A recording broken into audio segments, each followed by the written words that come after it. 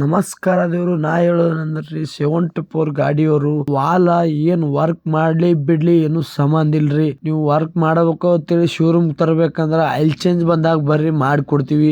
ಅಲ್ಲೇ ಫೋನ್ ಹಚ್ಕೆ ಬಂದ್ ಮಾಡ್ಕೊಡು ಅಂದ್ರು ಮಾಡ್ಕೊಡೋದಾಗಲ್ರಿ. ಯಾಕಂದ್ರ ಅಲ್ಲಿ ಅಷ್ಟ್ ಸಾಮಾನಿಗಳು ತರೋದಾಗಲ್ರಿ. ಇಲ್ಲೇ ಏನು ಸಮಸ್ಯೆ ಇಲ್ಲ. ಅದ್ರದಿಂದ ಏನ ಶೇರ್ ಮಾಡ್ರಿ ಆದಷ್ಟು ವಿಡಿಯೋ ಇದು. ಯಾಕಂದ್ರೆ ಶೋರೂಮ್ ಬರ್ತಾರ ಅದು ಒಂದ್ರ ಸಂಬಂಧ ಶೋರೂಮ್ ಬಂದ್ರ ಅದೇನ್ ಬಂದ್ ಇದ್ರು ನಡೆಯುತ್ತೆ, ಚಾಲು ಇದ್ರು ನಡೀತಾರ. ಅದು ಬಂದದ ಅಂತೇಳಿ ಬಂದ್ರೆ ಏನ್ರಿ ಗಾಡಿಗೆ ಎಫೆಕ್ಟ್ ಅದಪ್ಪ ಬಂದ್ ಆಗ್ಯದ ಅಂತ ಹೇಳಿದ್ರೆ ಬಂದ್ರೆ ಏನು ಸಂಬಂಧ ಇಲ್ರಿ.